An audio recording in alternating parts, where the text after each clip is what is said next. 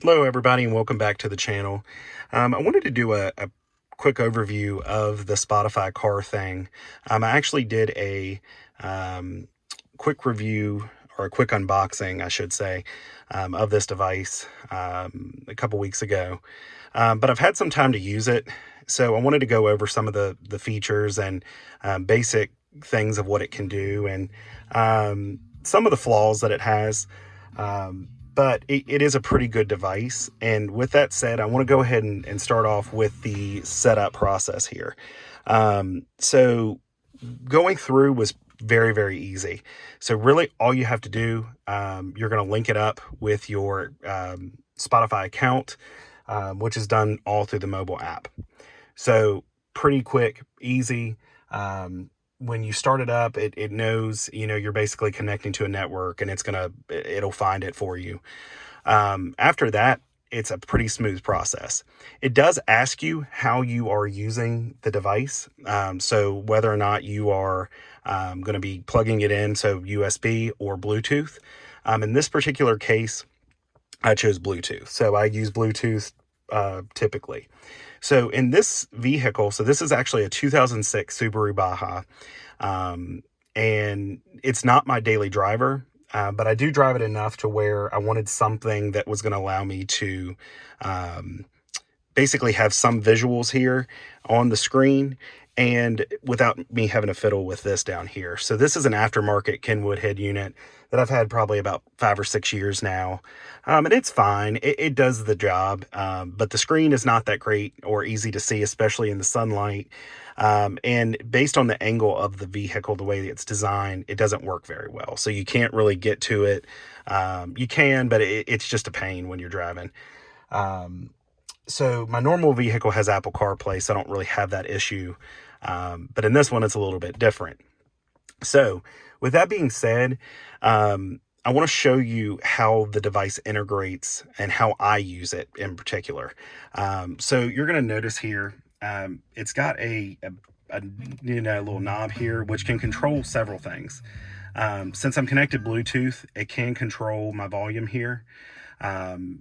It also goes through menus and other things, as you'll see in a second.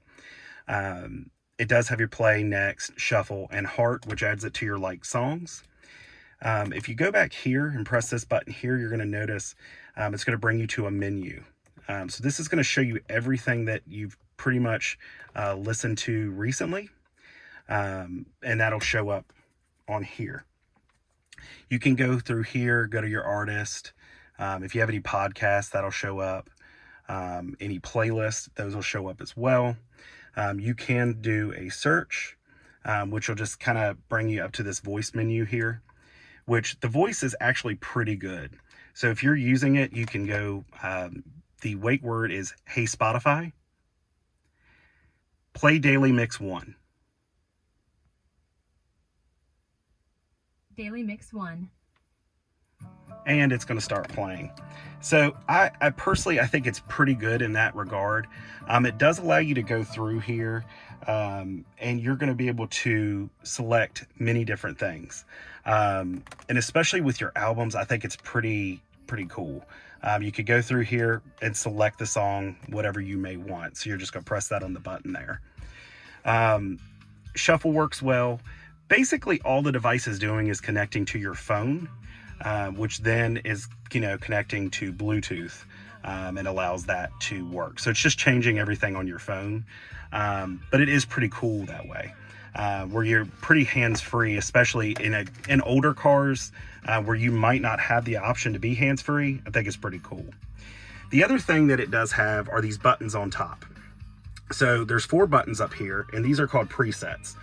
You can set these buttons to whatever you want them to be. You can do it through the device itself, through the knobs and buttons, or you can actually use the voice commands and have it set something.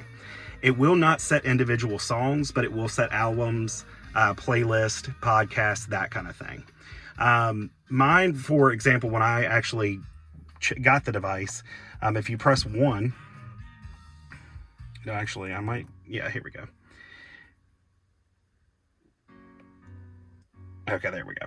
All right, so it's going to show you my playlist. My button number 1 is going to be my like songs. The second one here is going to be daily drive.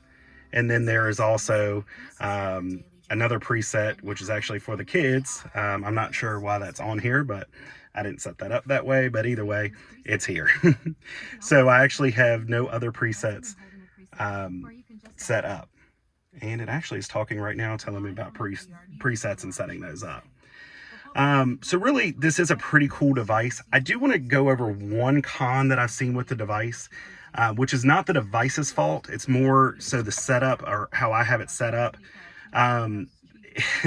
So if you're in an older car, you have several mounting options, as I discussed in my unboxing video. The issue with, all of these, they all have their different things, and they all work well. They might work well for one vehicle but not the next. But in this particular case, in mine, I had to use this vent clip, which clips in back here. The CD mount really wouldn't work, and the other mount wouldn't really stick, so the vent was all I had.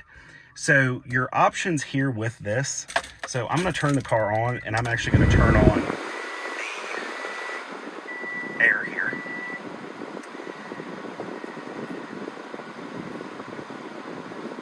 And normally it will do that, but we'll see here. Let me turn it on just a little bit more here.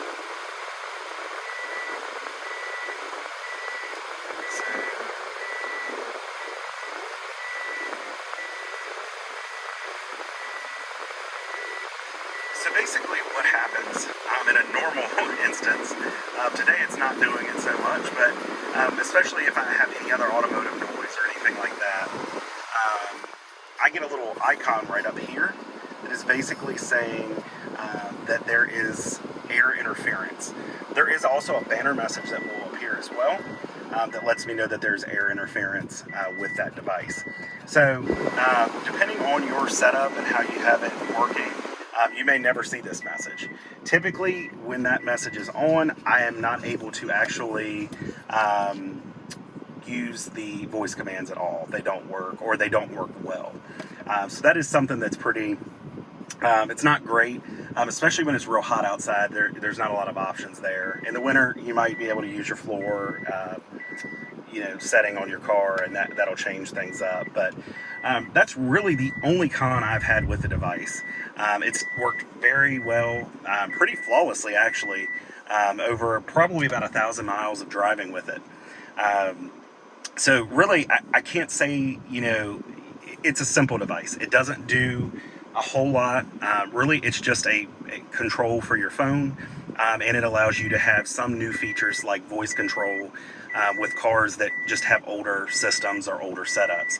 You might even find it useful with a car with CarPlay. I haven't tested it myself, but I think this device is going to be more for folks that don't have any type of car setup as it stands now, especially with older radios and things of that sort. So again, pretty cool device, and at very reasonable price. And if you do get the invite, I do suggest that you go ahead and get the device, because I really do think that it's pretty cool, especially for us that have older vehicles. But anyway, if you have any questions, you can leave me a comment in the comments down below, and I'll try and help out. And thank you again for watching this. I'm doing this on my phone.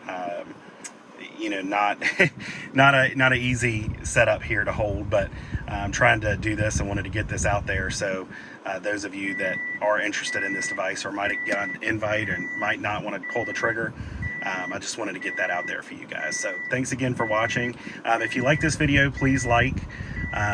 It does help out with the YouTube algorithm. So thanks again.